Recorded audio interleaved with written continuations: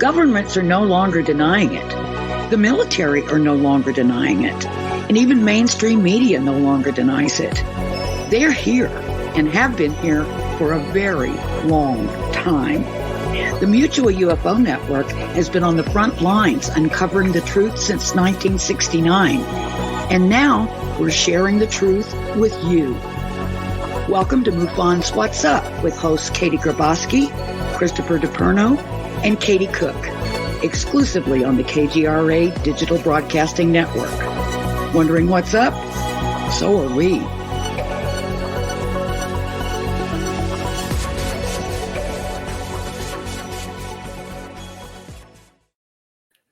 What's up? It is the last Thursday night. Not in an apocalyptic kind of way. This is MUFON What's Up radio show, and we are moving to prime time. So this will be our last Thursday. We are moving to Tuesdays, 8 to 10 p.m. Eastern time. So I hope you follow us over to Tuesday nights. I'm really looking forward to being prime time. I don't know what's up with like Tuesdays and Thursdays. It's kind of like the Idaho and Iowa. You know, it's not like Monday, Wednesday, or Friday, but Tuesdays are great. So I'm looking forward to being with you guys on Tuesday night.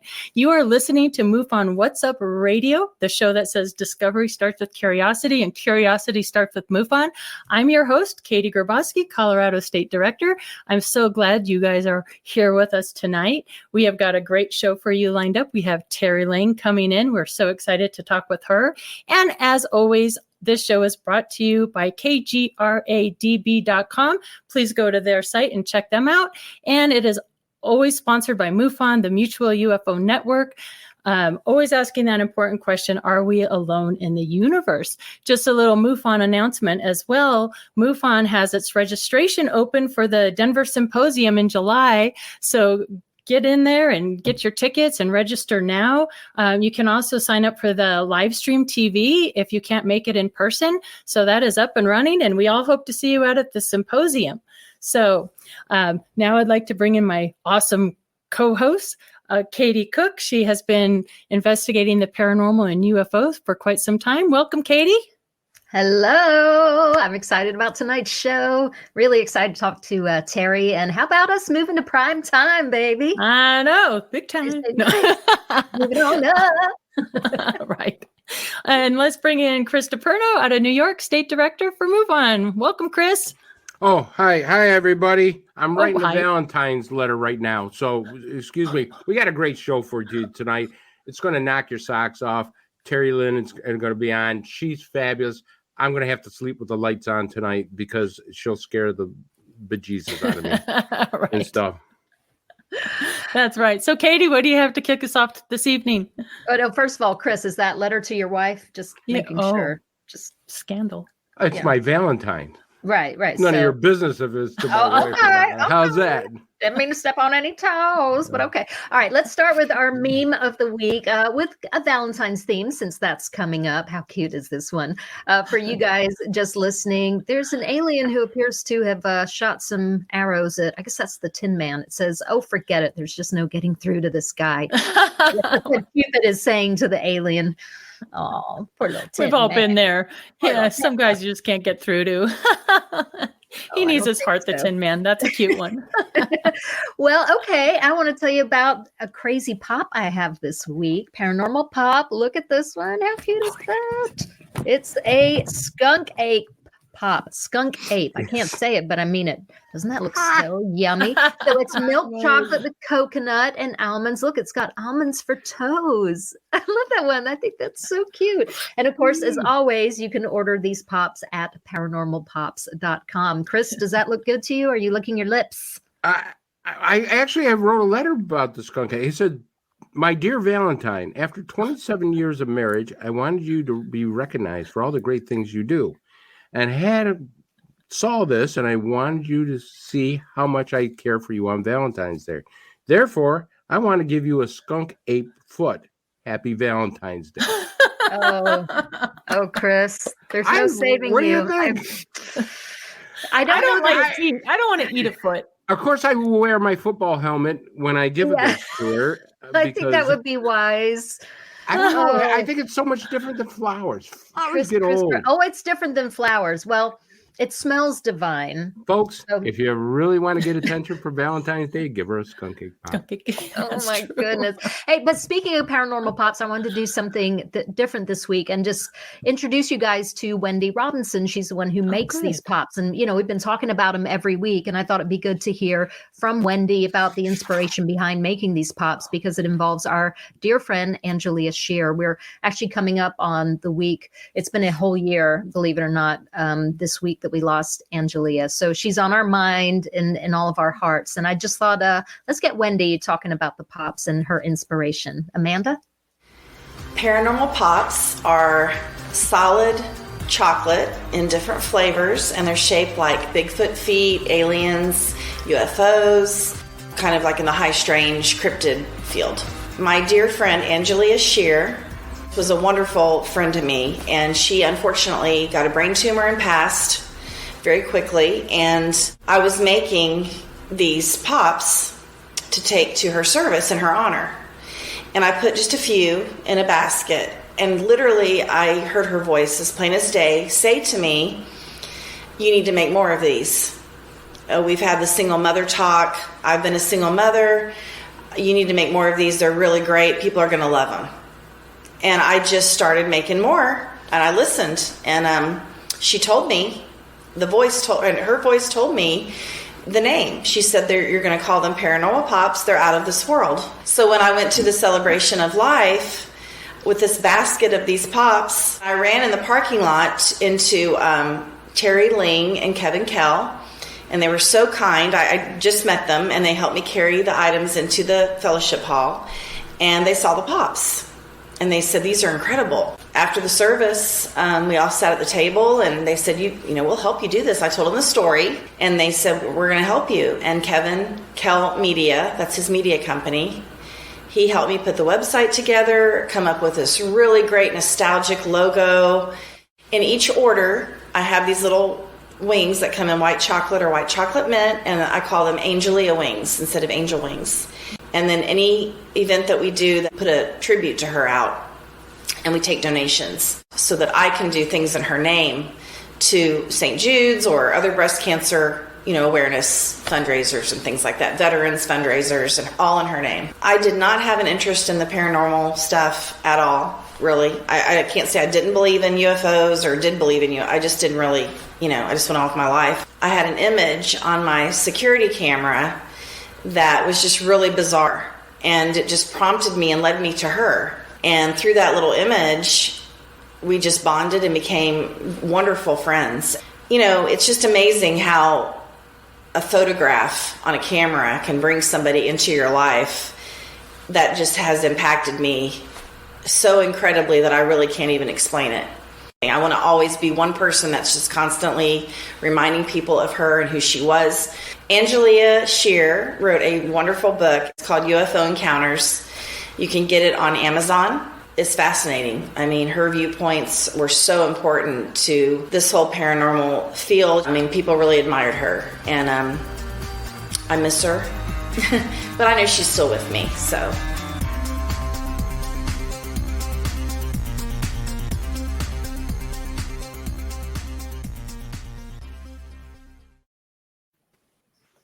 Yay. So now you Awesome. know Yeah. more about the We all pops miss that Angel. came from. Oh, absolutely. Oh my gosh, we miss her so much, and it is really hard to believe that it's been a year. You know, it all happened so fast, but she was just such a wonderful person and wonderful friend to all of us. I think we actually have some pictures of her we can show you. Oh, that's us getting our sassy on. I love it. That's the UFO love girls it. right there. And that was when she got Investigator of the Year a few years ago out She's in awesome. California at the symposium. And there you are, Chris. Yeah, I'm telling you, she was the best. And Dale, I love them both.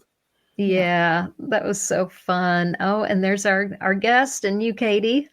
Yeah, I have a Very great excited. story to share a little later about this last symposium of something that happened.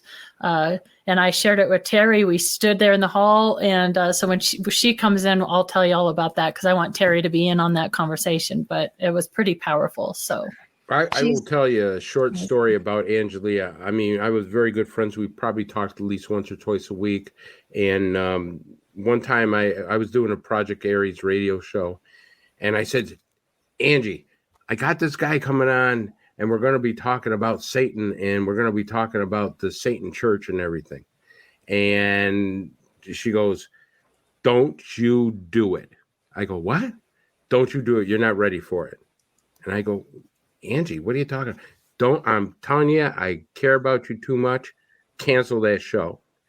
And something struck over me, and I said, okay, I'll get right on the phone and I will cancel the show. And I canceled the show based on her words alone, stuff like that. But I mean, she always looked out for me. She was a great mentor. I love her to death, and I miss her every day. Yeah.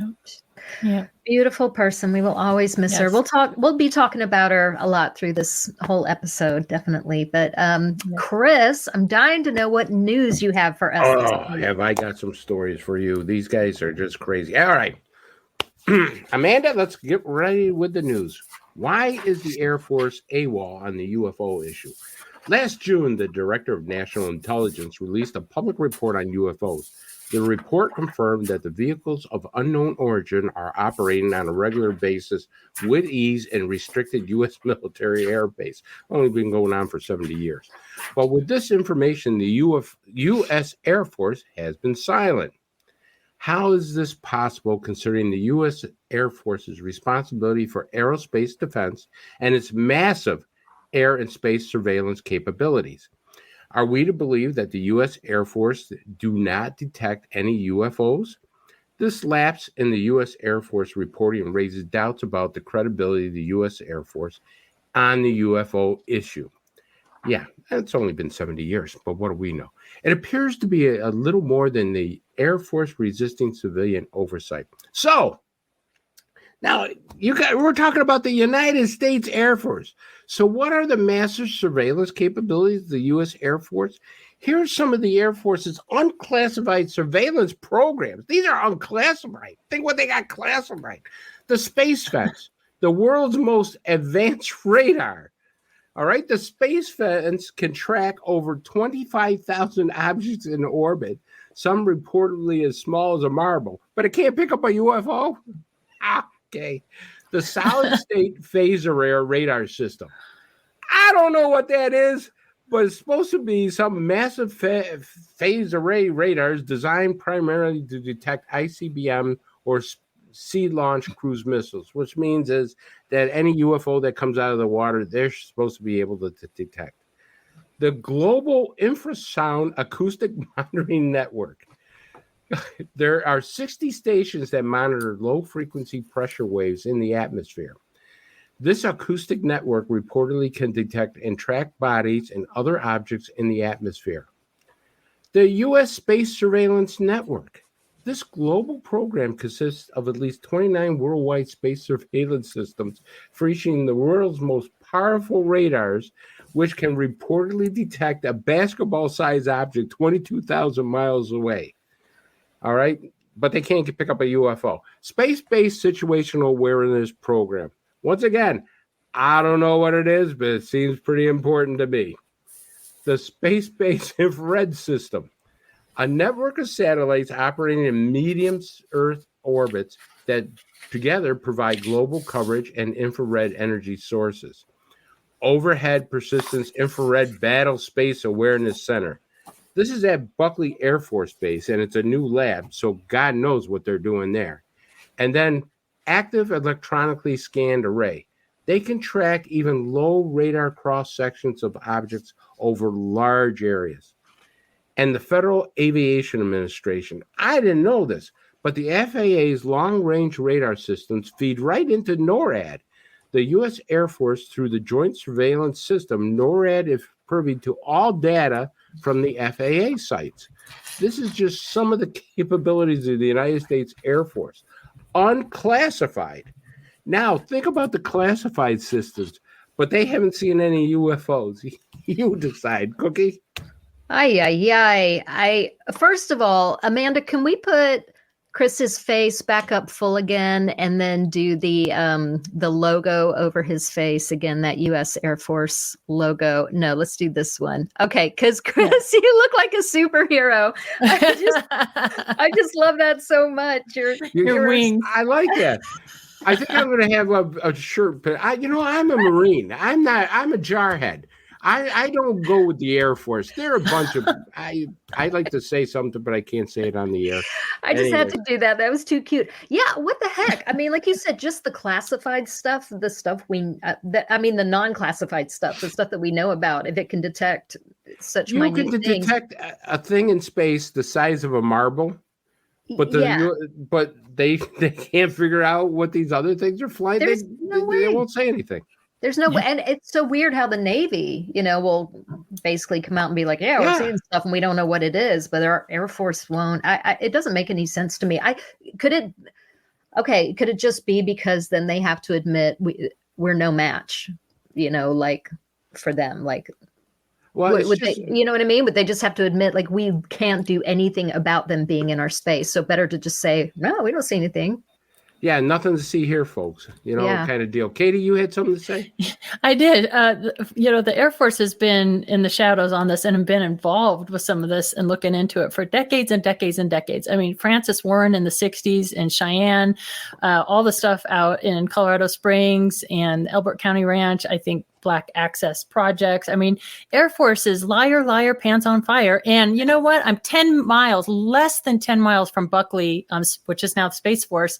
And I don't know what's going on there, but there's some weird behavior sometimes. Sometimes in the middle of the night, you'll hear these things and you're just like, uh-oh, what's going on now? So they know. They're just not telling us. I don't know if it's liability or what.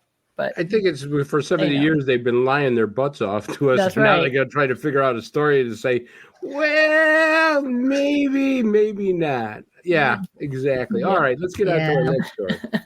Stunned truck driver records baffling orb over New Jersey. A truck driver in New Jersey, while driving, spotted a puzzling orb in the morning sky that left him so baffled that he stopped along the side of the highway to film the curious scene. The sighting occurred last week as the driver was traveling through New Jersey. The normal route that took a strange turn when the driver noticed a strange pulsating bright light. The driver was so intrigued by the object that he pulled over as soon as he could and recorded it. The driver marveled at the object, noting that there are no marker lights on it, which he takes to mean that it's not an airplane. I kind of agree with that. Watching the weird light in the sky above him, the truck driver also said that the object was not a star, although he said he's not an astronomer and he doesn't have any answers for that. Skeptical observers say the object was probably Venus, which is frequently mistaken for a visitor.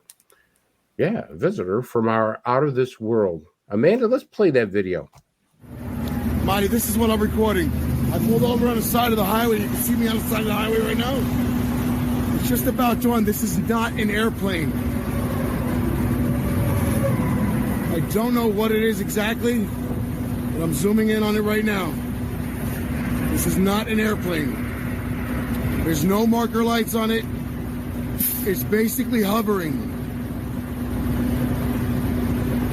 It's not a star. It's not Venus. Sorry. I don't know what the hell this thing is. There's another one to the left somewhere. I saw it. There's no marker lights on it. There's no red, indicator lights on it, or there's no tail. There's no anything. It's just like an orb or like a ball, and it's literally. I'm trying to hold as still as possible. It is literally almost standing still up there. Let me bring it back out. Hold on, I'm sorry. All right, this is what I'm trying to give you guys. Okay? Let me see if I can pan to the other one. I know I saw one up here somewhere. Hold on. Where is it? Where are you? I saw one other one. Hold on. Where are you? Where are you? Where are you? Whatever that thing is, that is not the space station. I'm telling you right now. The other one's gone. I don't know. It was visible. It's not visible right now, but I'm gonna go ahead and come back in on this.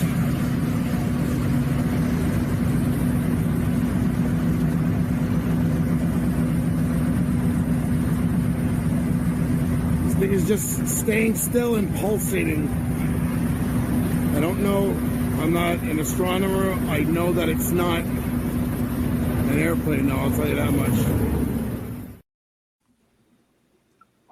Well, at least he's honest. He said that he's not an astronomer and he has no idea what it is, but it was an amazing little thing. What do you think, Cookie?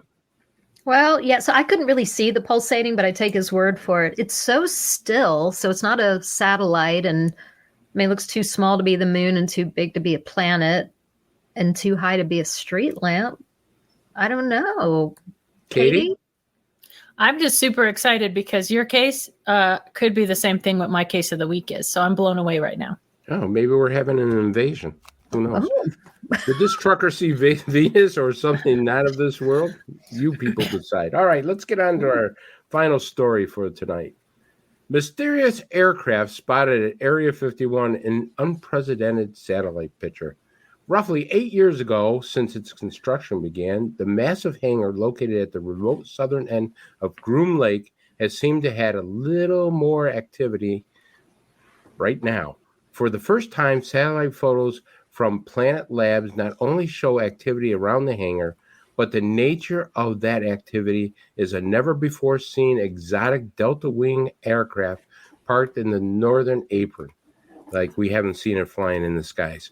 The images of the base show a roughly Delta-shaped object on the northern apron, and the shot that contained this object was dated January 26th of 2022. So it's pretty recent.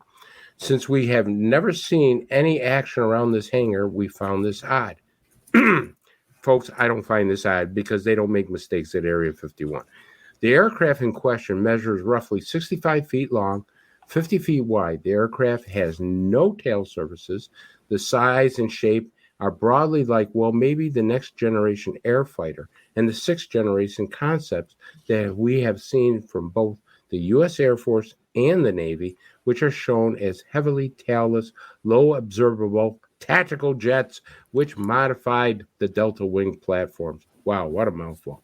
It has always been officially disclosed that a next generation demonstrator has been in flight testing for some time and has great promise. These manned and unmanned platforms will be developed together with several other technologies that will enable them to fight together. This is just one secret program that we know exists. Development in high-speed flight has exploded in recent years, especially when it comes to hypersonic aircraft and missiles. The Air Force is currently pursuing a hypersonic flight test program known as Mayhem. It's got to be Mayhem. Details about this project are limited, but we do know that it is seeking to build demonstrators configured to perform strike and intelligence, surveillance, and reconnaissance missions.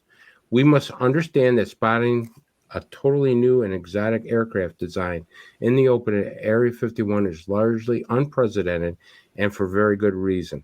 It is widely known that those who run the facilities are masters at concealing what they need to conceal. The place literally wrote the book on it. Folks, that's absolutely true. They don't make mistakes, and they don't put this out there unless there's a reason for it. Cookie? Yeah, so they want us to see it. Well, I wonder what sound that craft would make. Probably nothing. Well, if it breaks the sonic boom barrier, I'm going to make a lot of sound. I would imagine it's going to break your windows, I think. Because I look at something like that and I think, wow, could that be like the triangles that so many people see? Right. But then people say they're silent, and we don't have that technology yet, right? At least we don't think. I personally think we do. Talking to Michael Stratt and other experts in it, I personally think we have that technology that we can do. Remember one thing, Kelly Johnson, Ben Rich both said that we have the ability to take ET home now. We can do this. James Goodall said that we have reached Mach 16. That's not anything that James Goodall will come out of his mouth if he didn't know for a fact. He said that he has worked on projects that have gone Mach 8, Mach 10, Mach 16. Now, they may be unmanned, but that's an incredible speed that we have done. Yeah. And I just talked to I don't know. Yeah. I just talked to a whistleblower in Canyon City. I was there doing a presentation, and this guy, he runs a newspaper. Anyway, he was very, very high up engineer at General Electric, and he said the same thing. We're 40 years, ahead of what people know we are. So, well, I don't doubt that. Here's what Ben Rich said, and Ben Rich said this out in the public. Whatever you can imagine, we're 50 years ahead of it. If you can imagine Star Wars, we've done all that, and we've gone beyond that. So it's a little scary what we probably have within the U.S. military arsenal right now. Yeah, this is true. Wow. Okay. Well, Katie, you kind of teased us with your case of the week. Do tell. I know. I'm pretty excited about this because both Chris's stories could have something to do with this. So I think this is a really good one. So for case of the week this week, I have case number 120635. It's a category 2 case. It occurred January 26, 2022. So just recently. It's actually in progress with one of my Colorado FIs. It occurred at 6:07 p.m. in Colorado Springs, Colorado. Again, ties into the Air Force. So interesting. 2 witnesses. I always like that. Number observed 2. And so it's 2 orb UAPs escorted by helicopter. So I'll read this to you. Then we're going to watch some videos, and I have a couple photos of some still shots that I screenshotted and saved and zoomed in and all that good stuff. But so it starts like this. And when I watched the video too, I thought, oh, this is just a helicopter, but it's not. This is really good. The more I look at it, the better it got. So after a friend and I hiked the switchbacks of Bar Trail up Pikes Peak in Colorado Springs, dusk fell quickly, so we headed back down the mountain trail. At approximately 6:07 p.m., we noticed a grouping of bright lights to our southeast coming towards us. If it weren't for the unusual brightness of the front 2 lights, I wouldn't have grabbed my iPhone and hit record. At an introductory glance, these lights appeared to be one craft, as the trio of lights were evenly spaced out. From our angle, it appeared to have a triangle shape. However, as the shapes got closer, I quickly realized I was wrong. In the distance, I could hear the familiar whirl of a helicopter, and I strained my eyes and ears because I figured the 2 bright lights in front were helicopters as well. Upon closer approach, the orbs didn't seem to make a sound at all. That's what Katie was just saying. The parking lot created a natural amphitheater with the mountains as its backdrop, and the closer the grouping got, the more clearly I could hear what was happening. My jaw dropped when I didn't hear anything coming off the 2 lighted orbs or lit orbs, only the helicopter in the back.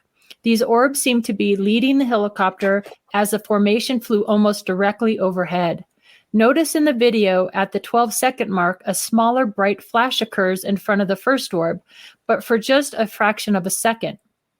I didn't see this until closer inspection of the video later. Similarly, at 15 seconds, another small flash bleeps between the second orb and the helicopter.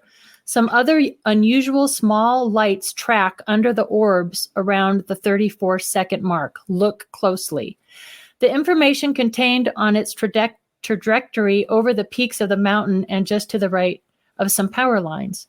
What really threw me off, as this wasn't strange enough, was the lead orb dissolving into nothing. It just didn't wink out. It almost seems to collapse down to nothing right before we should see it crest the peak, as if dissolving. Seeing this with the naked eye, I gasped and accidentally took my thumb off the picture button, which stopped the recording. I kept my hands on my chest to steady my phone and tried to keep the capture in frame, and in doing so only caught a few glances with my eyes as I shifted back and forth between my screen and the sky. And yes, that is a lens flare in green that comes down at one point. I think it's pretty cool that the witness pointed out there was a little lens flare caught in the video. So Amanda, if you can roll video 1, this is the original one. It's really dark, but then I lightened it up and slowed it way down. So if you want to run that first video.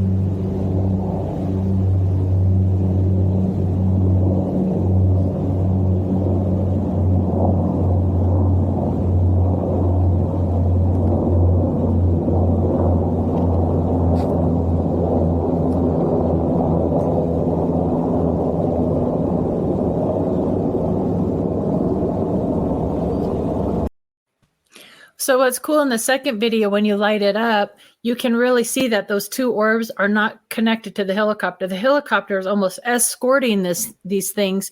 And some of the screenshots I took, I think you can make out a shape of it. So it's pretty cool. So if you want to roll the slowed down, lit up video that I edited.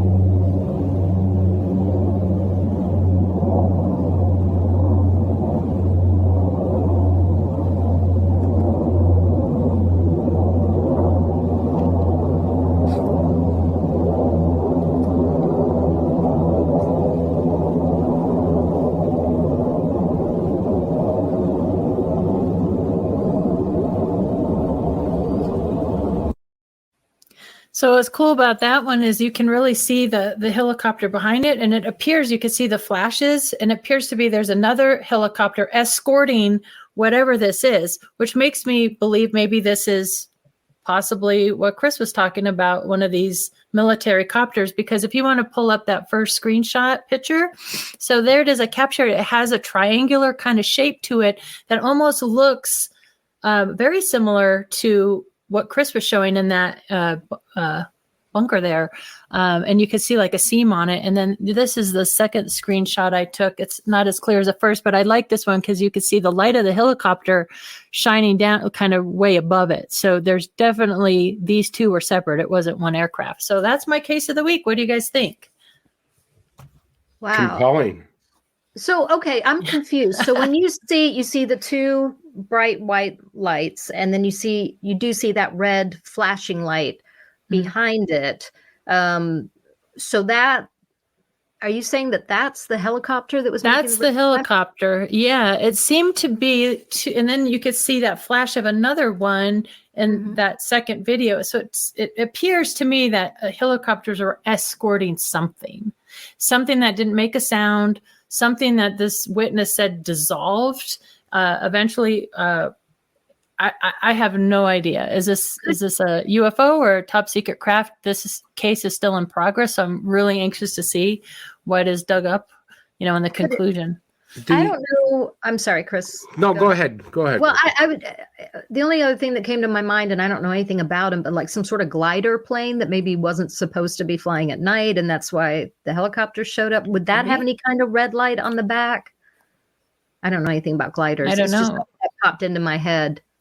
Yeah, I don't know, because it's those two big white. I mean, those are pretty big lights as compared to the helicopter. So I don't know if gliders would have that big of a light on there. I don't know, but that's a good thought. I don't know. I have no idea. Right. What do you think, Chris? Well, I will tell you the one thing that you said, the plane dissolved.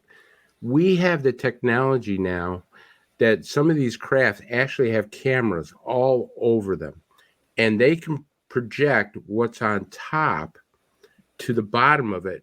And actually, you think that you're looking at stars as opposed to it's actually the bottom of the plane. They can project what's up in the air, transfer it to cameras or some kind of screen to the bottom of the plane, and you say the damn thing disappeared. Well, it's still there, but because of the technology with cameras and everything that we've now developed, and this is not classified anymore. We actually are able to do this. So that makes me a little suspicious about all these things that are disappearing, especially some of these crafts that are escorted by helicopters. Remember Cash Landrum. Cash Landrum was escorted by 3 or 4 helicopters. And that, I think, was an early model of what we were playing with radioactive stuff. and those people got terrible ionized radiation burns and everything. So, Wow. who knows? Yeah. I mean, what are they escorting? Our own or something else? Who knows? Yeah. Mystery. So, Chris, did you happen to catch up with Bob this week? I did. Our international director sent us another case. Amanda, would you roll that? Hi, everybody. My name is Bob Spearing, and I am MUFON's Director of Investigations on the international side. And I have a video here from you today, case 111735 out of Brazil from 2018. It's an interesting video. It shows a long black cylindrical object moving across the sky. And I'm going to let Chris play the video right now. Hit it, Chris.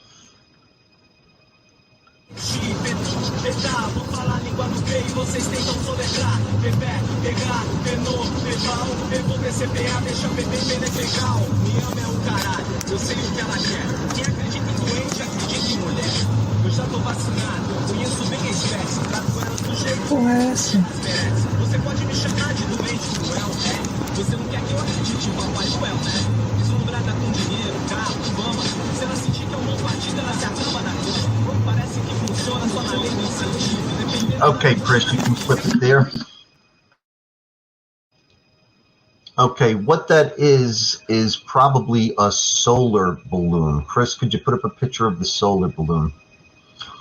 These you can buy off of Amazon, and the way they work is you lay them out on a very hot, sunny day, and air molecules actually expand, and when it gets to a certain point, it begins to lift the solar balloon up. They come in many shapes and sizes and colors, but the most common one is the long, thin, cylindrical type. So this case can be closed out as an IFO.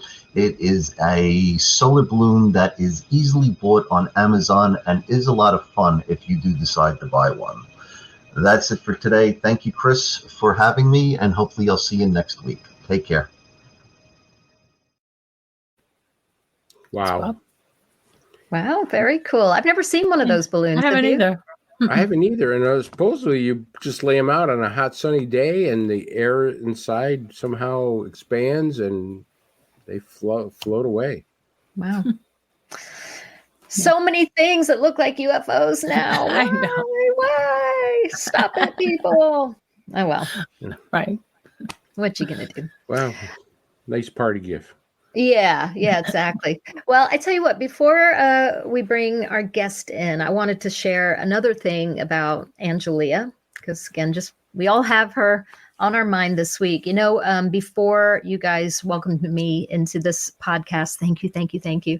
I was trying to do one on my own. And, you know, when Ange passed, I got really stuck. Even though I was doing the podcast by myself, she was just my inspiration and my mentor and you know, really fueled me. So I, of course, tried to do an episode dedicated to her. And man, I just couldn't get through it. I just couldn't. Every time I tried, I've still yet to put that together. But something interesting happened because I would do a little intro video for each podcast and for each episode. And I feel like I recorded this, I think this was the week she passed, and something interesting happened. I'm not going to say anymore. I want to roll it and see what you guys think. Where she and I really bonded was we care more than anything about the witnesses. We love everyone out there doing that real nuts and bolts research. Angelia had a very scientific background and definitely could come into an investigation, you know, with her science mind on and her skeptic eye wide open. And we have that in common for sure. But ultimately, where we bonded was we both knew and felt that it was really all about the experiencer, how you helped somebody process this experience. Just giving them that support system, because so many experiencers feel so incredibly alone. So that's not to take anything away from nuts and bolts research. We need it, and we're trying to gather it all the time too. But it's really how it affects humans. Well, that was interesting. Hi, Ange. How it affects humans.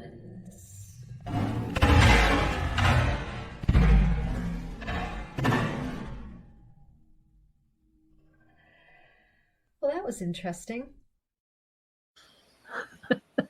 Isn't that wild? Angie, I'm sorry if I said anything bad to you. I mean, you guys, that painting, I mean, here, look, let me do it this way. Here's the window. That painting's like this. It had to do that. I mean, That was creepy. it was awesome though. You know what? Normally I would be like, oh, but I really felt like she was saying hi right in that moment. It felt good. It felt playful. And I will tell you that her brother, I hope he wouldn't mind me saying this, but he had the same thing happen to him that same week. He was, I think, just sitting on the couch and a picture just off the wall. So I kind of feel like she was just going around and saying hi to everybody. So it was actually a really great experience, but a little trippy. Wow. That's so cool. That is cool. I just want to say thank you for doing that, because Angie was such a good friend of mine. I mean, and a mentor. She taught me a lot about this field, and to be able to see that and just get that, I'm kind of getting teary-eyed a little bit, so I apologize. But, when you lose a friend like that, and it was just too early in her life to pass away. I mean, she had so much, and there's just not enough I could say about her. And folks, let me tell you something. If you didn't know Angie, you missed one hell of a gal. She was the best. Yeah, she sure That's was. so true. She sure was. Speaking of, I know. Angelia, our guest this week, Teri Lynge-Kehl, was good friends with Angelia. So now would be a good time to bring our guest on, because I also want to share the experience, my Angelia story, once I have Teri in. So Teri Lynge is a leader in all things strange and paranormal. There isn't much Teri hasn't studied when it comes to matters of the unknown. She approaches her studies with an open mind, and no subject is too controversial for her. Her paranormal personal encounter started as a young child and have been consistent with this writing. Her desire to know the truth led her on a personal quest that has guided her to this day, 45 years later. She experienced a very powerful spiritual event in 1973 that changed her life. Teri found peace and happiness through her studies and still wanted to know more. Her personal extraterrestrial experience in 1979 changed everything she knew to be true and began a deeper study of what life was really about beyond the veil of biblical doctrine. She is a radio host and TV personality with Enigmatic Anomalies, presenting EA news updates as well as EA TV with her gifts of discernment through demonology. Teri is an avid Bigfoot skunk ape investigator, speaking of the pops, and joins Enigmatic Anomalies in the search at every opportunity. Teri has spoken in many symposiums and conferences throughout the United States. Please welcome Teri Lynge. Hi, Teri. So great to have you on the show. Hi, Teri. Thank you. So nice to be here with you all. Yes. I just kind of want to start off with our little, at the symposium, we had this profound experience. The night before, I had the pleasure of meeting Angelia at a symposium the year before, and that was the first time I was honored and blessed to meet her. And I was so looking forward to it because she had just written her book and I had just written my book. So we would talk on the telephone, and we had plans to get our vendor tables right next to each other and to hang out and have drinks and get to know each other more and really blossom our friendship. So I was really missing that opportunity. I felt kind of gypped. So I was talking to her in my room, in my hotel room, and saying, man, I really miss you. I was looking forward to hanging out with you. And I kept hearing her in my head say, "That's okay, Katie. I'm on the other side. I'm your warrior. I'm your warrior. I'm there. I'm behind Katie Cook and you." And so I ran into Teri, right outside the elevator the next morning. And I shared this story. And right, Teri, the energy between us, you could literally feel her standing between us. Teri took my hand and we just stood there and we know you're here. And you had shared with me that that's how you referred to her, as your warrior at her service. And I did not know that. Yeah. I've never used that word before in my life, warrior. Yeah. And that came through. And so, that was a really intense, profound experience. And I know she was right there with us. So anyway. Yeah, that was really cool. She has come to me a couple of times right after she passed, the night that she passed. I kept seeing I saw a light standing there, but then I was seeing these roses, pink roses falling. And I thought, that is so bizarre. And it was the next day that Dale had said that night, while he was there with her, they were alone and he woke up and she had passed. Wow. And I couldn't even hardly stand it. I was like, oh, Ange, she was very special. And I think it was really awesome what she did for Katie there while Katie was sharing about her, that picture just flew. You can bet that was her. And they do those kinds of things. That picture right there, while I was at the funeral, they put that picture up, and twice I just felt like she was literally standing there. And it was so very real. I said to Kevin, I can just feel her right here, right now. It's just amazing how she is with us. And of course, that's the night that I met, or the day, I should say, that I met Wendy and the Paranormal Pops, and all that came to fruition. So that was fun. But I miss her a lot. She was very special, had a wonderful, wonderful anointing on her for what she was doing. She was an excellent field investigator and took everything so very seriously. And, I enjoyed every minute with her. I'm grateful to have known her. Yeah, she was so great. I love that she's come to you as well. She pops up in my meditations, and it's funny. You guys will all appreciate this. She's always so busy. She comes in like a tornado and has that just, her energy. She would just walk in a room and everybody, it was like Dolly Parton had walked in the room. She just had this bubbly energy and just like, y'all, let's talk. She was just, she put everything into every day, so much energy. And when she comes through in the meditations, it's like that. She's always in a hurry. She's always like, all right, I got to tell you this because I got to go. It's like her agenda is more full on the other side, unless it's all in my head. But it feels so real when I see her in these dreams and meditations. But the fact that she's so busy just makes me laugh so hard, because that's how she was in life. And I really do think we maintain so much of who we are when we pass over. That's just my personal belief. I think we really take that personality with us. And Chris, you were talking earlier, getting a bit emotional. I just have to say, she loved you so much. I loved her. I don't think I ever went a week where she didn't say, well, I was just on the phone to Chris, and and Chris said this, and Chris gave me the update on this, and it was just Chris. So the only thing that she wanted to do, she said, when you come down to Tennessee, I'm putting you on a horse, because I'm a city boy. I've never been on a horse. I said, like hell, you're not putting me on any horse. First of all, I haven't seen a cow. I didn't see a cow until I was 16 years old. So I had no idea what a cow and a horse and all this other animal farm stuff was. I could tell you everything about the block, but I can't tell you a damn thing about a farm. And she says, you're coming down and we're going to put you on a horse. I go, good luck with that. Maybe the horse doesn't like me on his back. She did have a very gentle horse. You could have ridden Jafar. He was very, very gentle. Yeah. I sort of miss all her. She would post those live videos. I miss seeing her. And you're right. She was always so bubbly and just behind everybody and cheered everybody on. So yeah, what a special person. And I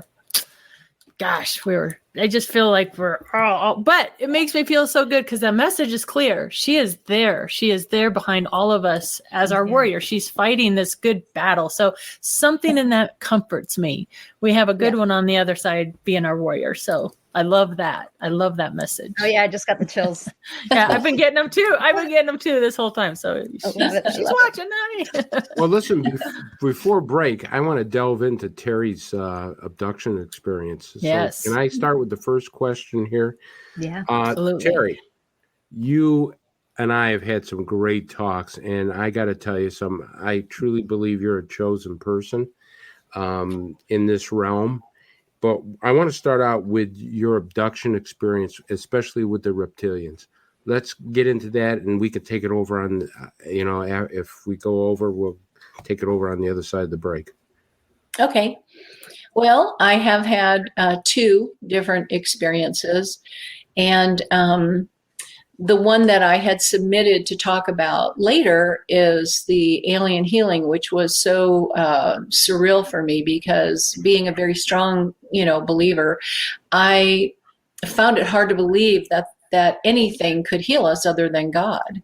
And I just felt like the Holy Spirit was the one that healed. And to find out that wasn't the only way that we can become healed was hard for me to swallow. And, and we can talk about that a little bit later, but, I know beyond any doubt that extraterrestrials are other than we are, but they do have gifts and talents that we don't have. Some of us do have, actually, but we're not tapping into them. And some people are, and most of us are not. But yes, reptilians are very real. I've heard so many stories about them being, vicious and wicked and that kind of thing. But, I've never experienced that. Both of my experiences have been benevolent and not malevolent. And, so I don't know, we can talk about that too. Well, yes. So we've only got, we got about 5 minutes to break. I guess we can talk more about the healing that happened on the other side of the break, because I know that might be a longer story, but why do you think the reptilians get such a bad rap?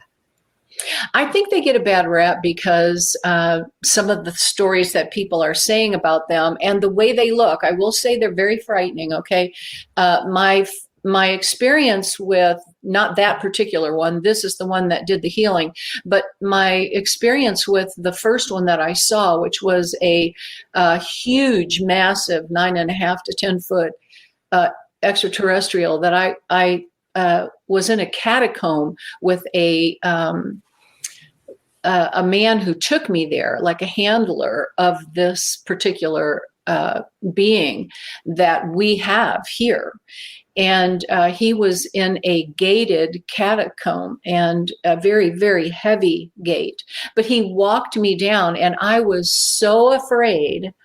I mean, I was having so much fear that I had to grit down my teeth because I was shaking so much that I was biting my tongue, and my hands were just like this. I mean, I literally was shaking, going towards it. And I think that's why people give it a bad rap, because there is a lot of fear. He is nothing like us. He is nothing like we see.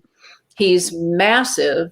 And I think extraterrestrials are going to treat you pretty much the way you're going to treat them, because just like, humans, if you come up to somebody and you're going to beat them up, we're going to defend ourselves. Well, they're pretty much like that. And they know that we cannot be trusted because, we all talk peace and love and joy and happiness and everything. And then we shoot each other, so they know the human realm is not to be trusted, so, we speak with the forked tongue.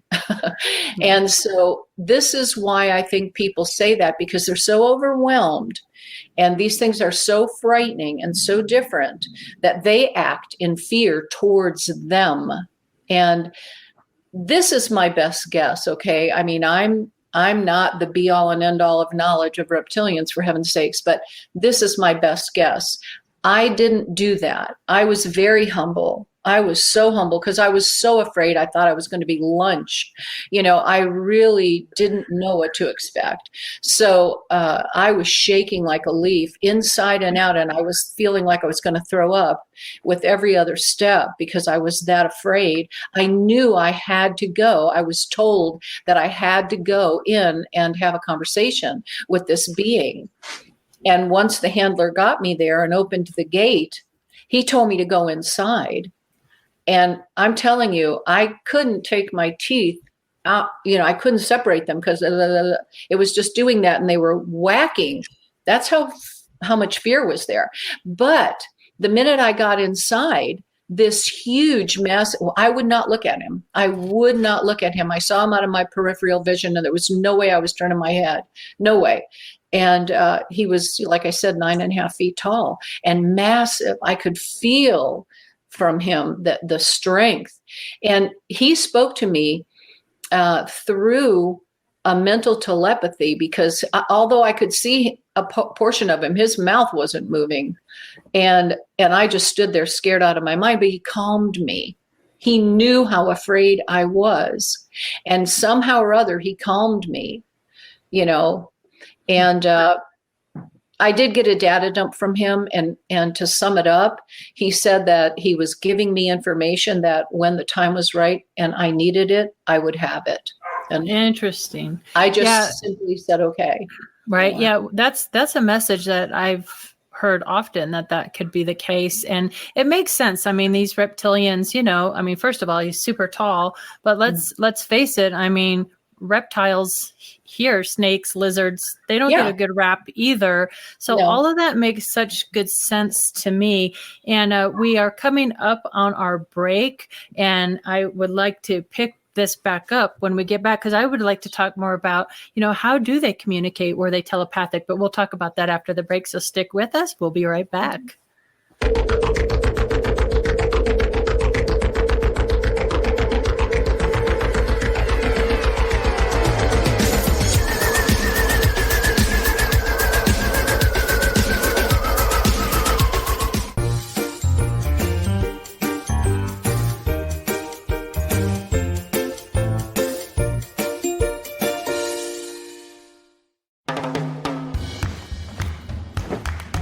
I don't want to talk about it.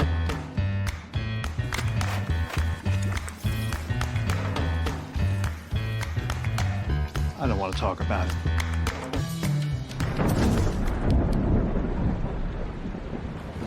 Families don't have to talk about everything, but they should talk about how to plan for an emergency. Get tips and resources to make your family's emergency plan. Hey members, the new KGRA-DB app is now available on iOS and Android devices. Gain on-demand access to any KGRA-DB programming. Download any show directly to your mobile device to listen or watch on the go. Go to the App Store and search KGRA-DB. Welcome to the new KGRA digital broadcasting website, thekgradb.com. Here you'll find great new content, including the KGRA Classics, great shows from our archives. You'll be able to see the show times and information so you can see what show is currently on air. The on-air live button, so just go to this section and you'll be able to hear the show live with exceptional sound quality. We also have the Vault section. Make sure to subscribe to get access to great content and special features. We have the make content for our latest news and events, so make sure to sign up and you can be part of our forum. So make sure to check out the new KGRA digital broadcasting website, thekgradb.com. We look forward to seeing you there, and we hope that you enjoy the new website.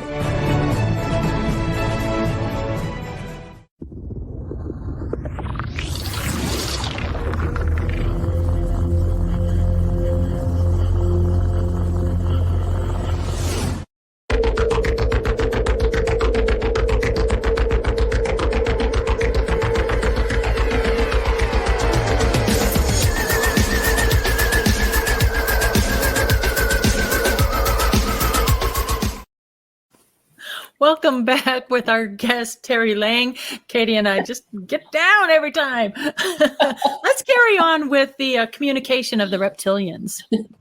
Sure. Okay. Well, I have never seen them speak. It's always been through the eyes that they communicate. It's always telepathic. It's always a male voice. I have never heard anything that sounded female. And what? I said, that's interesting. You think, there must I be female reptilians. Well, you would think, I mean, and I'm not here to say that there aren't, but I haven't had any interactions with them, if there are.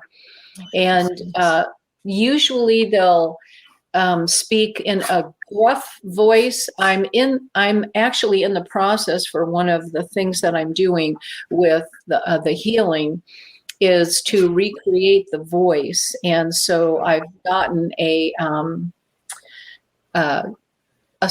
certain type of a microphone that changes vocal patterns. And I keep listening, I'm trying to find that voice so that I can kind of recreate that, and also having a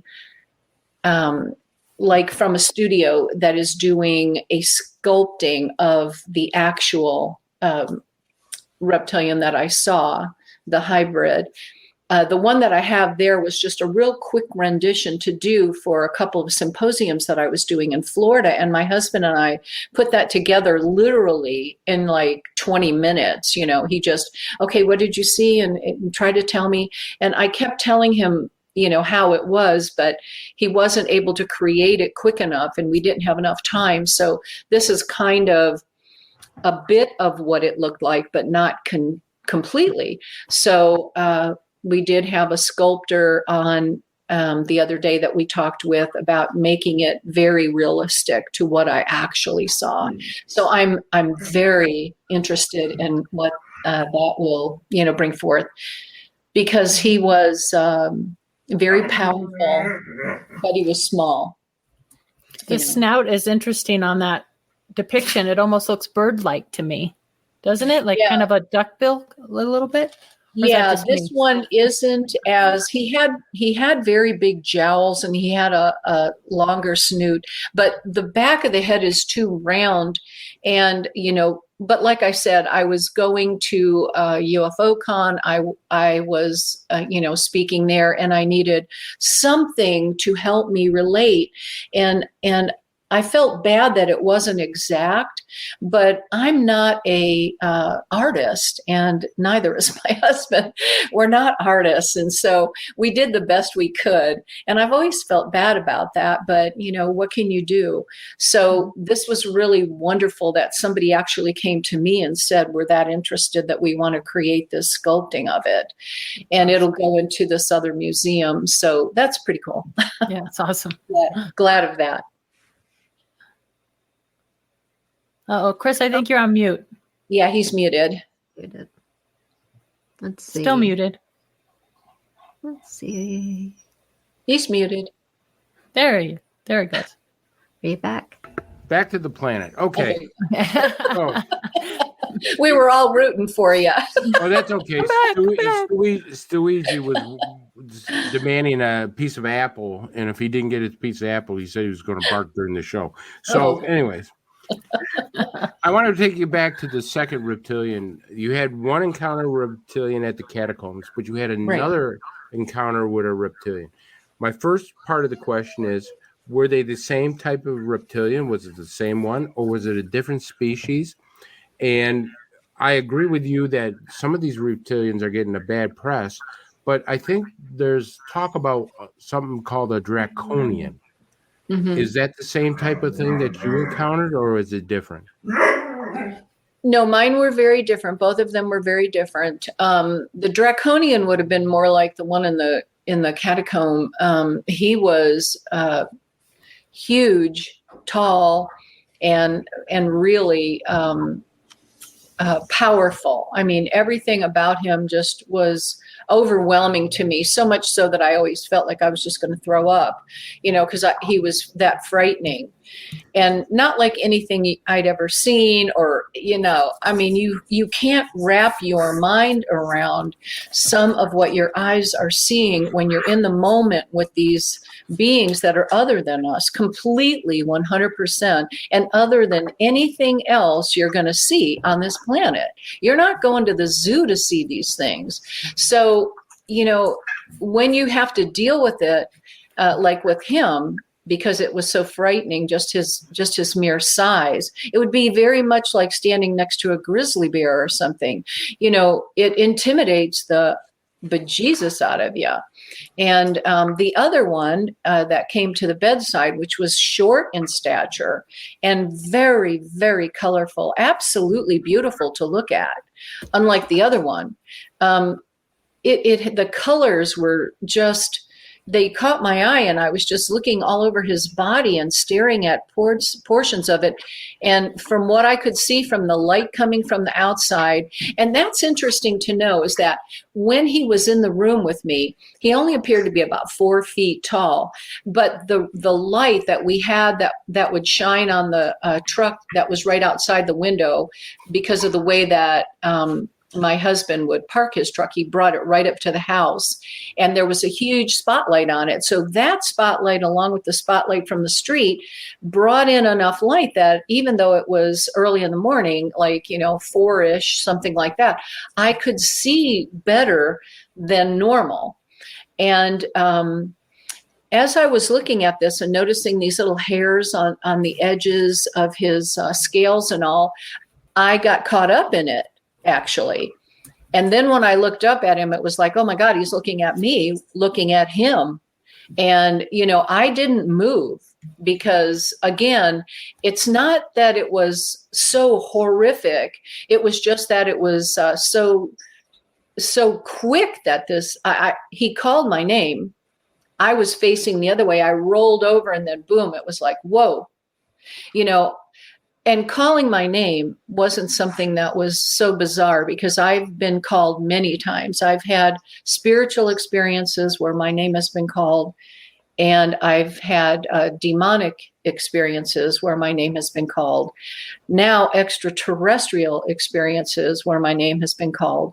And so I never know what I'm going to see when I turn over. And I have to tell you, that's concerning.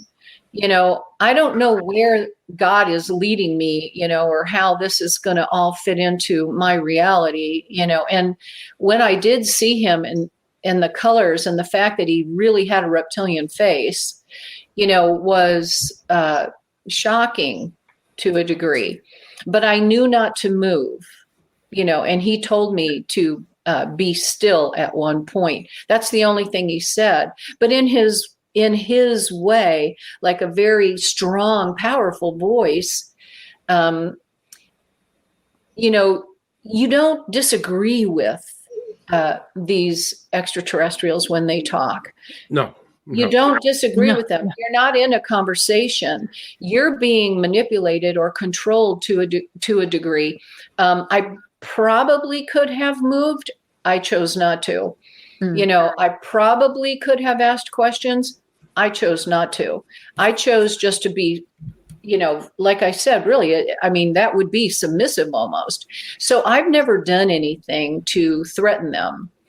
I've had conversations with a couple people, including Travis Walton, who said, he picked up things and threw them at them. Well, of course, they're going to react with him differently than they are with me. I'm not throwing anything. I didn't pick up the lamp or try to heave the lamp at him, So it's always very interesting being in the presence of these beings, Teri, I want to ask, first of all, when this particular event that you're describing, when did this happen?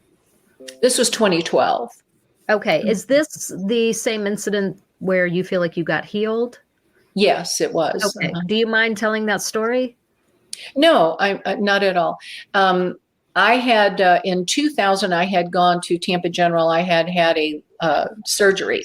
I was told by the doctors that I had Crohn's colitis, which is so rare. You either get one or the other. I was the lucky guy who had two, and they told me it would kill me. I had been bleeding rectally, believe it or not, for 2 years, on and off, sometimes severely and sometimes hardly at all. But it had started becoming every single day, all day long, and it was really debilitating. It was depleting me to the point where I would get up and go to work, because I am really a workaholic. And I would drag myself to work and take iron pills, vitamins, you name it, pop in everything I could like that, natural, and get through my day and get home and basically pass out. Literally, like at 5:30, 6 o'clock, I was in bed. And then I got up the next day to do the same thing. I did this for 2 years. And I hate doctors. I hate going to doctors. I'm just not, I don't know. I'm just one of those people that takes vitamins and minerals, tons of them.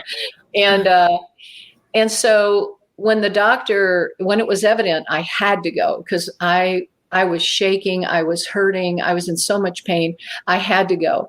And they told me, if you don't have this surgery right now, you're going to die. It will turn into cancer. Your whole large intestine is so full of Crohn's and colitis. You got to do this now. So I did it.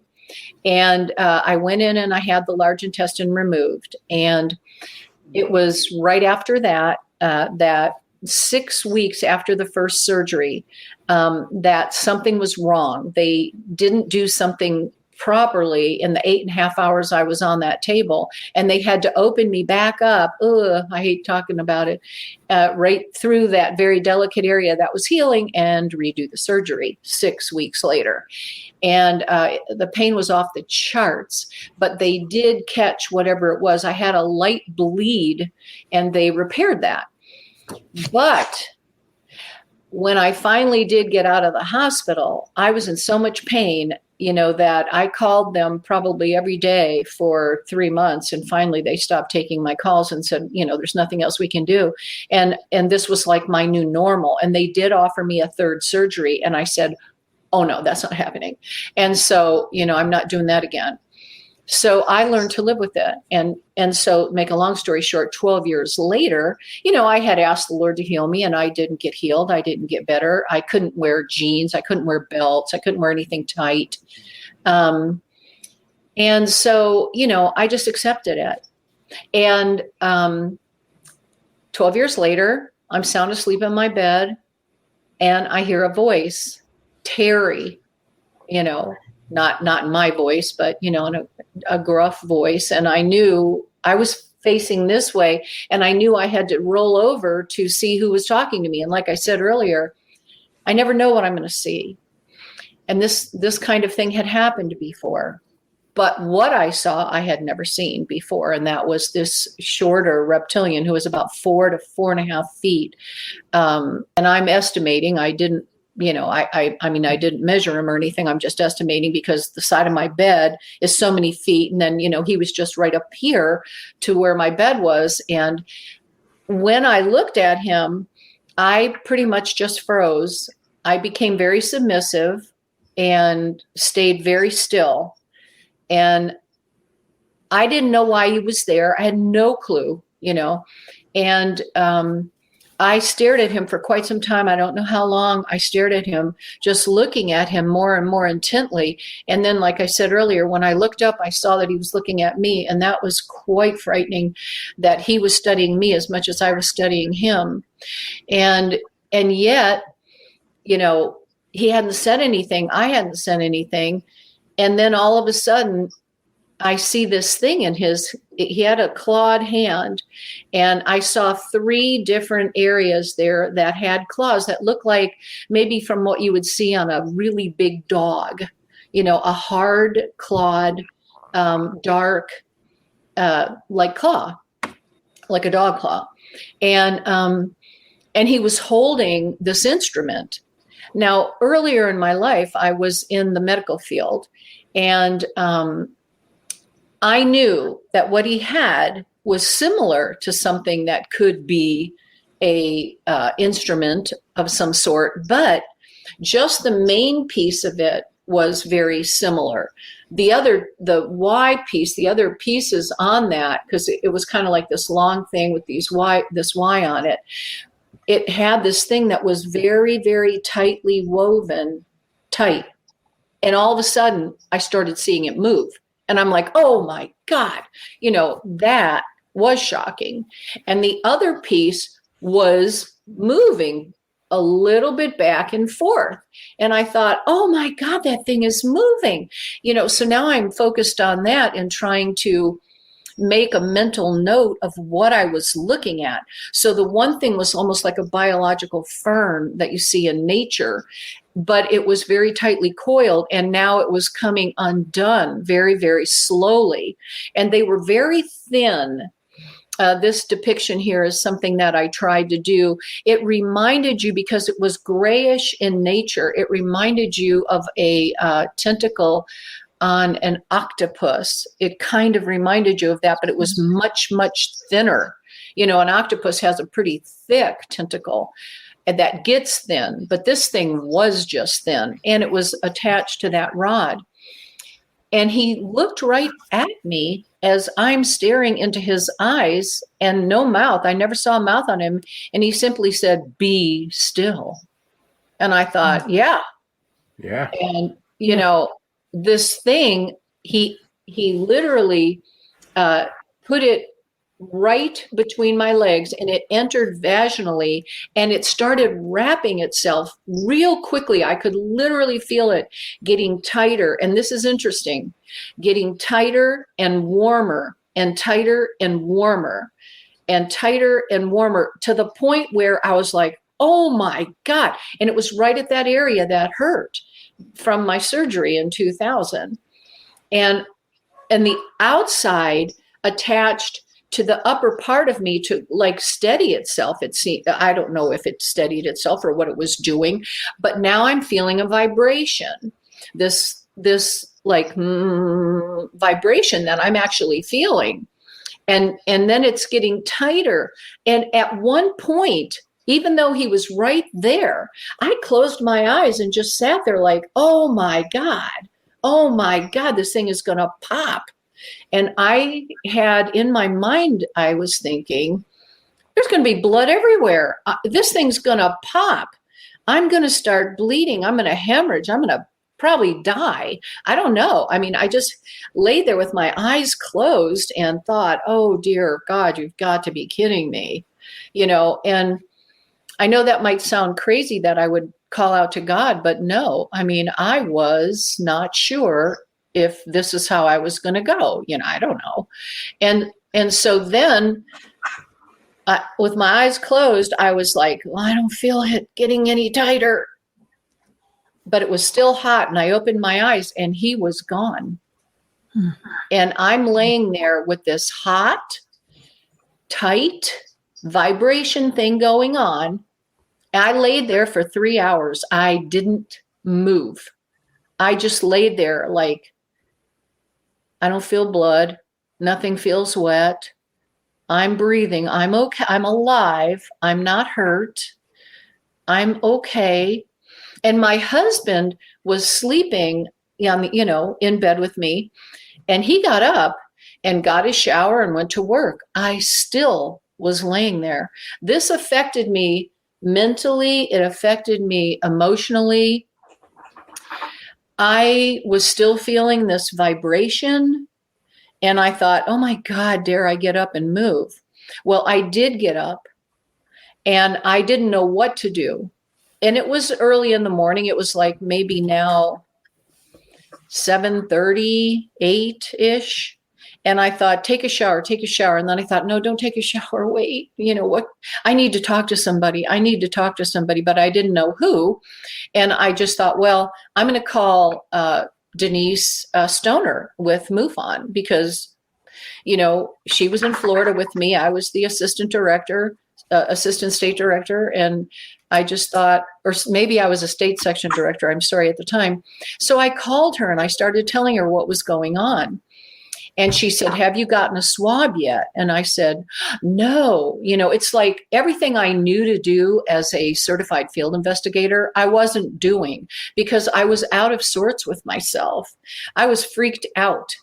And so I said, no, I will do that. And she said, well, are you still feeling the tingling? I said, yes. And I said, I'm getting concerned about it. And I said, I don't know what to do. When will it stop? And she said, well, I don't know. And so I went and I did get the swabs. I took the swabs. I put one swab. I put it in the Ziploc bag. And and she said, like, throw it in the freezer till we can find a lab or something. And she thought she knew a lab in Pennsylvania, but that didn't go through. So I just left it there. And now to go, further in the future, 7 years later, Debbie Ziegelmeyer, I'm talking to her, and she said, do you still have that swab that you had talked about one time? And I said, yeah, I've got it. It's in the freezer. And she said, okay. She goes, I have a lab that's interested in looking at that swab. And I said, okay, fine. Anything I can do to help humanity out. If there's something on it, let's get to it. And so she sent a DNA kit. The lab, the gal from the lab sent a DNA kit with all the things. I had to wear a mask and put on gloves and not touch it, and just ease it out of the plastic bag into the vial, seal the vial, put it in a special container, put it in a special box to ship it and all that. So I did everything according to the sterilization protocols. And then I had to take another vial and do a saliva test and be really careful about that. I had to do a mouthwash rinse and all this stuff, and then do that. And I sent everything off. And about 2 weeks later, she called me and said, "Oh my God, Teri," she said, this swab that you've sent into the lab has an unbelievable amount of proteins. And she said, it's not normal. And I said, oh, okay. She said, did you ever open it? I said, no, no, it's just been laying in my freezer. I hope it's still good. And she goes, it's definitely good. And she said, I'm surprised. And so as I talked with her, she asked me about what had happened. And like I shared with you, I told her exactly what happened. And she said, well, it's interesting that you had this heat. She goes, heat is conducive with healing. And the pressure that you were feeling, she said, this is very interesting because it all adds up. And I'm like, adds up to what? I didn't understand. And she said, well, I believe what you're telling me. And from what I'm seeing on this, I'd like to ask if I can cut this into 3 pieces and continue my study with some of my other fellows. And I said, yes, absolutely. If you think we can get something from it. Yeah, absolutely. And so she said, okay. So then about 2 or 3 more weeks went by, and I got another call from her. And she was absolutely shocked and amazed and said, Teri, this is unbelievable. We have another DNA. Your DNA is clearly on here. And I have another DNA on this. So I'm asking you if I can send this out now and see if I can't find what DNA this, is connected to. Right. And she said, but just know this, once I do this, we won't have anything left of the sample except just a very, very little piece of it. And I said, okay. So she went ahead and did that and got back with me about a week and a half later and said, we have found an actual match to what is on your swab. And I said, oh my God. And I said, what is it? And she said, you won't believe this, but it is a lizard that is called the tegu lizard, which is in South America. And I'm like, what? I mean, I had never even heard of a tegu lizard. And I said, are you sure? And she goes, yeah. And she said, well, you don't have lizards at your house. And I said, no. No, I'm not a lizard person. I would run screaming from a lizard, if it came up to me, not the teeny ones, but anything, a lizard I would. And she was like, okay. She says, well, we're going to start looking at this. And so she did. And then she sent me all the paperwork, and I signed a bunch of different papers to, for the lab. And The rest is history. Wow. That's amazing. I'm glad she took you seriously. Yeah, me too. Okay. What about the tool? Like what happened? Well, it was gone. It was gone with him. When he was gone, it was gone. And I'm not sure why he used that tool, but he did. So something in that tool, okay, is what actually did the healing.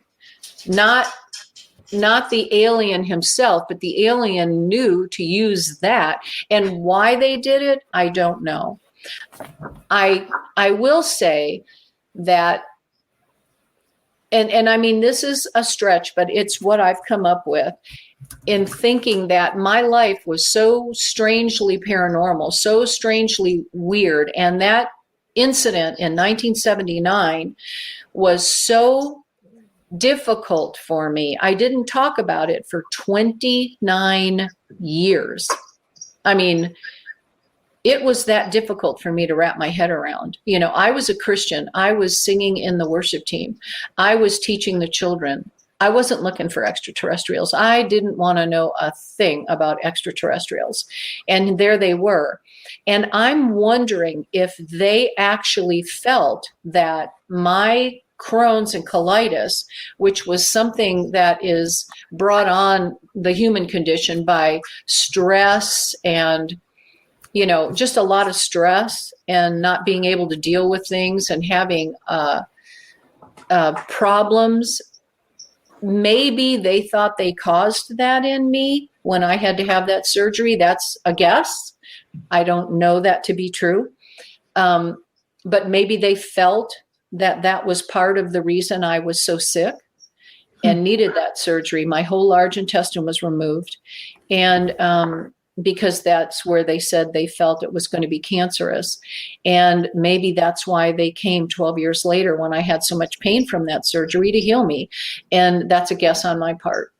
Right. I know Travis Walton kind of talks about that. He felt, he kind of later on thought maybe when they hit him with that blue beam of light, they might have injured him and actually took him to heal him as well. And I guess, I hear two sides. I hear some people who claim ET alien being healings and some that are actually do get sick and have medical problems from ET encounters. So that's a little confusing.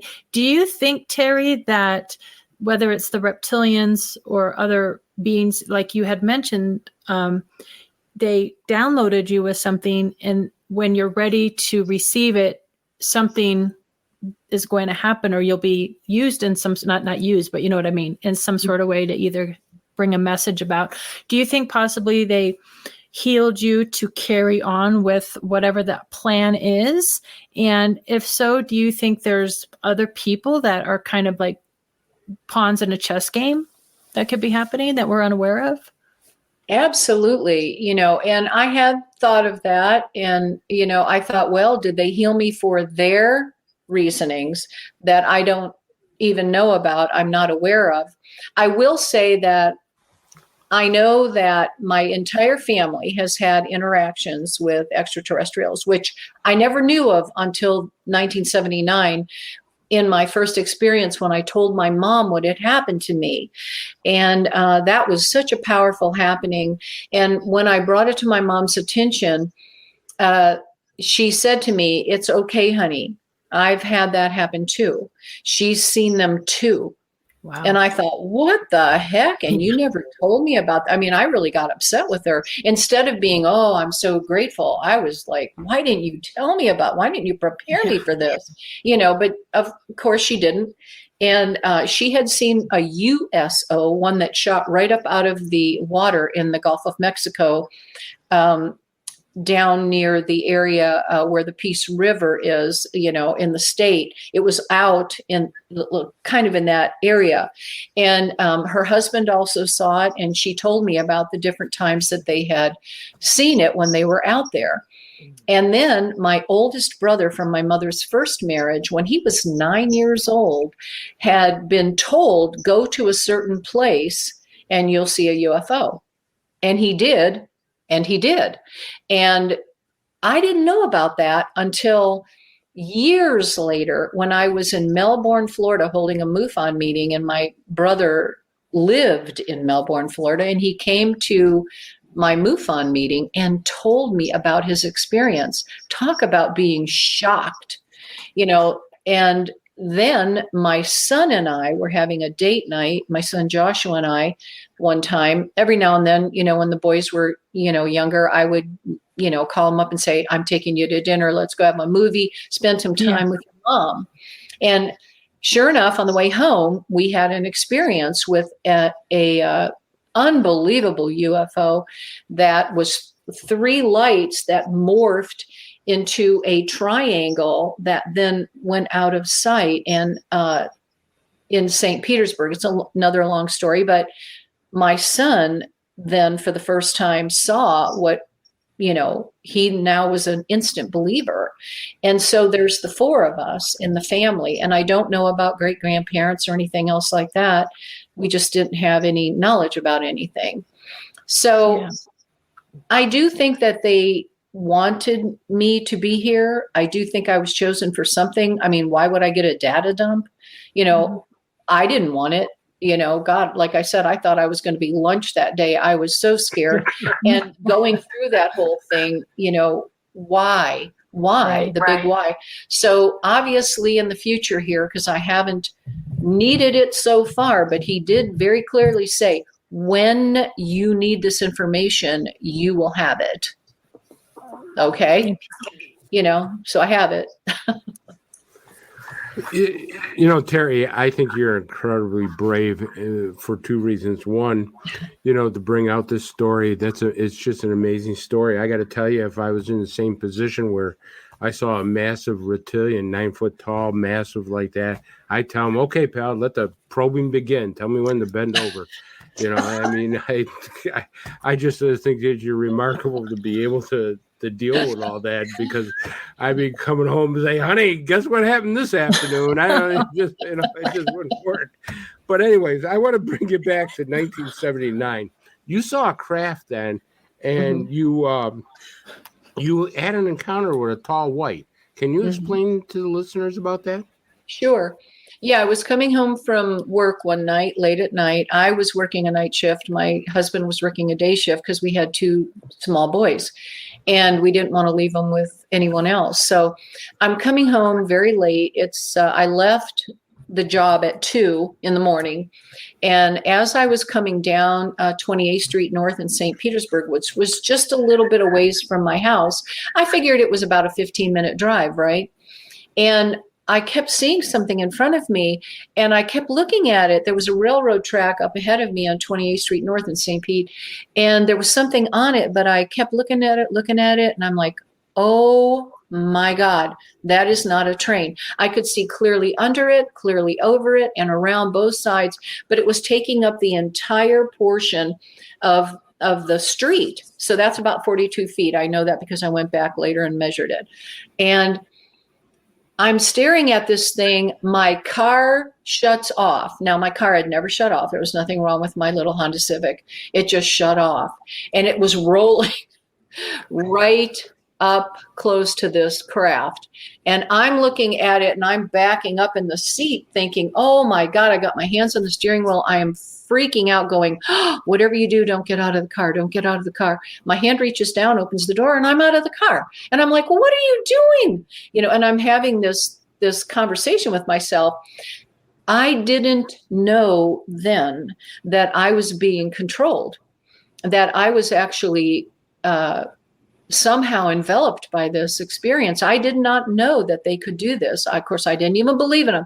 And the first words out of my mouth were to the Lord. Of course, I'm talking to the Lord as I'm looking at this. Nothing can happen to me that you don't allow. So obviously you're allowing this, but this is comic book entertainment. What is this? I can't possibly believe this. And, I kept saying, Lord, you've got to be kidding me. And I'm like standing outside of my car and holding on to the door jamb with white knuckling going, oh my God. And I have to tell you, this craft was so beautiful that I was mesmerized. I was like, wow, look at that. Not a rivet, nothing, not a door, not a window, but there was a blue light right in the center of it going along. And it just was this and this is 1979. And we didn't have beautiful lights like that. Okay. And this thing was just, it was so beautiful. The blue was beautiful and it wasn't making any noise. And the next thing I know, I'm not holding on to my door jamb. I'm standing in front of the car. And I thought to myself, what? Wait. How did I get here? Not understanding, because I didn't believe in UFOs. So I didn't understand anything about that. And so, I had to wrap my mind around what I was seeing and try to drink it all in. And it was, really scaring me to a little bit there. And as I was looking at it, I felt like it was communicating with me. And I'm like, how is that possible? I'm feeling like I'm not afraid. All of a sudden, I'm feeling like I'm okay. And I thought, well, that's bizarre, and I didn't hear dogs. I didn't hear cats. I didn't hear birds. I didn't hear anything going on, street noises, nothing. And yet I could see the red and yellow and green on the light that was at 30th Avenue and 28th Street North. But I couldn't hear anything. And there were no cars. And I kept looking around like, where is everybody, And I was all by myself. And all of a sudden, I looked down and I wasn't standing on the street. And I thought to myself, you got to flip and be kidding me. I am not on the street. I am not on the street. And I could see the street, but my feet weren't on it. And it was at that point, this blue flash from my right side came right at me. And I looked over at it and, oh my goodness, in that blue light was standing a tall white. And I'd never seen a tall white, didn't believe in him at the time, just shocking, ugly. And that's all I could, between my right and left ear, all I kept saying was, oh my God, that's so ugly. Oh my God, that's so ugly. And I'm not looking at it. I'm not going to look at it. And I was looking down, and yet I'm like, oh my God, I'm not on the street. I'm like, what is happening? And I thought to myself, did I die? Am I dead?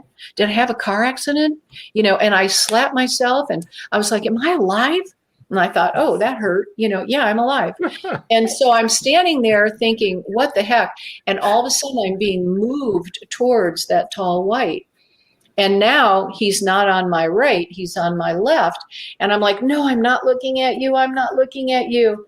And so the next thing I remembered was being inside a second craft. The one in front of me was hovered over the railroad tracks. But I never even saw the one to the right. There were two crafts there. And now I'm inside that thing, but no clue how I got in there. And I'm laying down, and I still had my uniform on from work, and I'm looking at myself going, well, good, I got my uniform on, but where am I? What is this? And then I look straight down, I raise my head, and I can see I got my uniform on, and I see my sandals on, my little brown sandals. And I'm like, I got my shoes on, and I'm like, oh God. And then here's these two short gray, well, I know now, extraterrestrials. I didn't even know what they were then. I couldn't have told you. I was just like, oh, you've got to be kidding me. I said that probably 100 times that night, because I'm like, could it get any weirder? And then I'm like, oh, where is that white thing? And all of a sudden there he was right there coming into my view as I'm laying down. And I looked up at him and he looked directly at me, and he said with his eyes through mental telepathy, we are not going to take you. We are not going to harm you. And I'm like, take me? Take me where? I'm like, what is going on here? And let me just describe the room. The room was pure white, and it was like it was a molded It was like nothing I'd ever seen before. I was on a table, but the light was coming out of the walls, out of the floor, and out of the ceiling. It was the most soft white light. Didn't hurt your eyes, but it was perfectly well lit. And you could see what was, in there. And there was something like a chair, but it wasn't a chair. It was way too small. And I thought, what is that? It just came right out of the wall, and it went like that, just right out of the wall. And I thought, well, what is that? I didn't know. And the next thing I knew, I was out and I was standing back by my car. And I thought to myself, how did I get here? How did I get here? I'm outside again. And I'm looking at myself and I'm like, oh my God, I'm okay. I'm okay. Got two legs. Thank goodness. Yeah. I was taking an assessment of, am I here? Am I okay? And I was okay. Good. And I was looking now at the craft in front of me again. I wasn't looking over here at all. Why? I don't know. But I wasn't. And now I am not the same person who went into that other craft. I actually did this. I said, please take me, don't leave me here. Wow. And then I said, what? What are you saying? What are you, some kind of an idiot? You don't say that. And I was having this my insides were screaming, literally begging them to take me. But my reason was saying, shut up. And I literally said that, shut up. What are you, crazy? And then as I was standing there, and I don't know how long I was standing there again, I did it again, but now I'm crying. I'm physical tears. Don't leave me here. I don't want to be here. I mean, I'm the mother of two amazing, beautiful children, and I'm begging to leave. And I'm like, what are you saying, you idiot? I was really having this inner struggle. Yeah. And so it was very, very real. And I couldn't understand why I was saying these things. And then it flipped and went vertical on me. And I'm like, oh my God, it can't get crazier than this. I mean, this is crazy. And then I was almost at a scream, don't leave me, don't leave me. And I said this out loud, which shocked me. Aren't I good enough? Why are you leaving me? Aren't I good enough? And I thought, why would you say something like that, you idiot? And I'm having this inner struggle. But it was what happened. And all of a sudden, this thing shot up way up in the sky, and then it stopped. And I thought, oh, maybe they're going to come back. Maybe they're going to take me, and maybe they're considering it or something. I didn't know. And so as I was watching it, the most bizarre thing happened. Here's the craft. This huge fireball came out of the bottom of that craft and was just going, and you could hear the fire. It was like, I think I might have said, holy SHIT or something, but I was just like, are you kidding me? Are you kidding me? And so they were all up there and just, I stared at it for I don't know how long. And then all of a sudden, they were gone. They headed towards the Gulf of Mexico, which was west. And that was that experience that day. Well, I stood in the street after they left, holding my head in my hands going, oh my God, what just happened to me? Oh my God, I got to talk to somebody. I got to talk to somebody. Well, who do you talk to at 2:00 at night? 2:15. And I thought I need to go see my mother. And that's the night I drove to my mother's house, which was literally 2 minutes from my house. And I told her what had happened. When I got to my mother's house, her husband said to me, do you know what time it is? And I'm like, yeah, like 2:30, It was 4:00 in the morning. He told me it was 4:00 in the morning. And I went, it is not. And I thought, oh, that guy, he's so tired. He doesn't even know what time it is. I thought he was nuts. Mm-hmm. It was 4:00 in the morning. And I went in and said to my mom, put the coffee on. I got to talk to you. And I told her everything about it. And that's when I found out she had seen them too, as well as her husband while they were out on their boat. And so the rest is history. Well, Teri, it immediately makes me want to ask, are they where you are really from? Do you feel like you had some kind of recognition, like these are actually my people? No, I feel like they have been possibly a part of my family and me and have been overseers of us. I believe that they were created beings. I don't see extraterrestrials like a lot of people say, are demonic or demons. And demons are demons, and they don't need crafts. Okay, a spirit doesn't need a craft to travel. It's just here and then gone. An extraterrestrial isn't going anywhere without a craft. So they have to have a vehicle, like you and I need a vehicle to travel. For me to go to Nashville, I need a car. For me to go to Florida, I need a plane. They need a craft. So there's your basic difference from demons and extraterrestrials. And I do think that the extraterrestrials are created beings who have the ability to oversee many of us. I do believe that, disclosure has already happened one-on-one. We've had millions of people have experiences that they cannot explain, and has changed their life, like mine. I mean, I was very narrow-minded. I did not believe in this. I thought this was comic book entertainment, like Superman and every other thing out there that's crazy and wild. But, it's real. And I've seen them, and now I do have a relationship. I have seen them again. I have had other experiences. I've had CE5 experiences where they have showed up.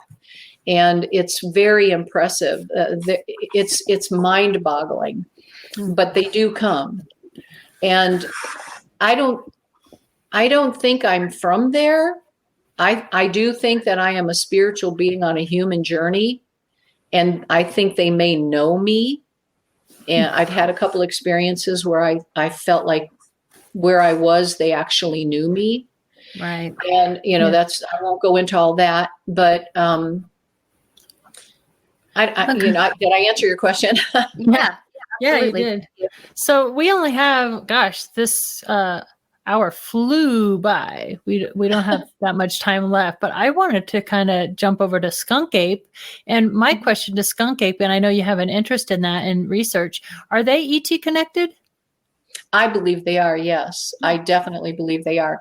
And I have seen something that I couldn't have ever, and it was in Lakeland. We had a home near the Green Swamp, and we did have an experience there. I won't go into that.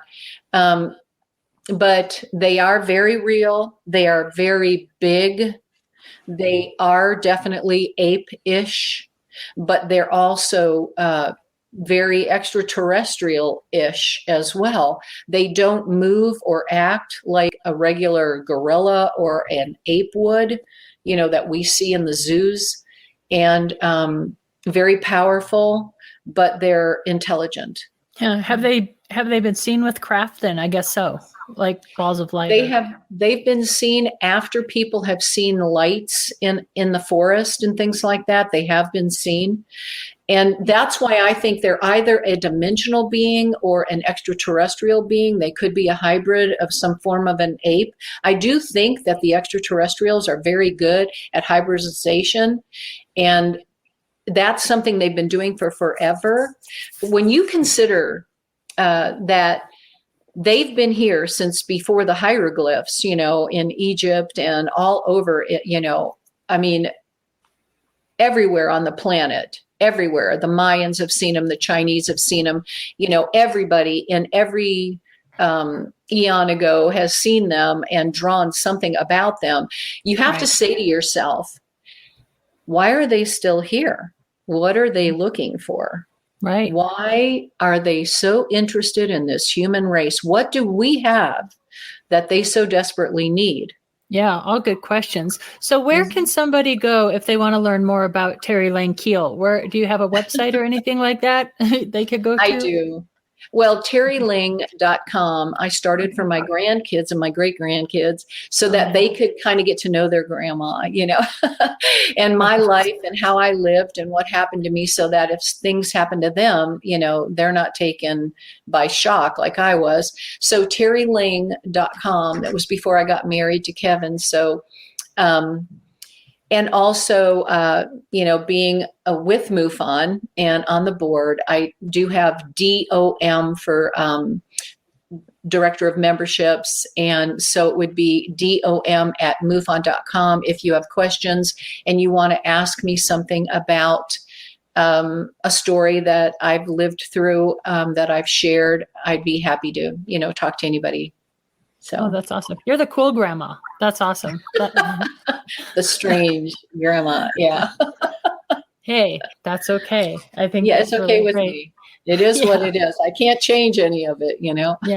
And I want to put another plug out there for this year's symposium. Will you be out there, Teri, for the symposium? Yes. So looking forward to this one. So make sure you go to that registration page, sign up for that. If you guys see anything you can't explain in the skies, you're looking up, make sure you go to MUFON.com and report your sightings. Teri, you're another guest we're going to need to get back on here. We didn't even touch on half of the questions we wanted to get to. So I hope you'll join us later. Well, and can I say, if you get that data coming back to you, whatever that data dump was, please call us immediately and say, I've got to come on the show, because right. I think I know it's coming back. I think everyone will know when I know. Yeah. If they give you the lotto numbers, will you call me right away? Oh, I will. Okay. Come on. Yeah. Why don't they do that? The Mega Million. Right. Yeah. Thank you so much for being here, Teri. Thank you to all our listeners. Next week, we are going to Tuesdays, so don't forget about that.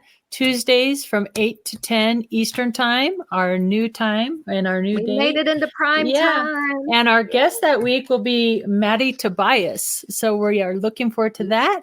You all have a great weekend, and we will see you next Tuesday. Good night, everybody.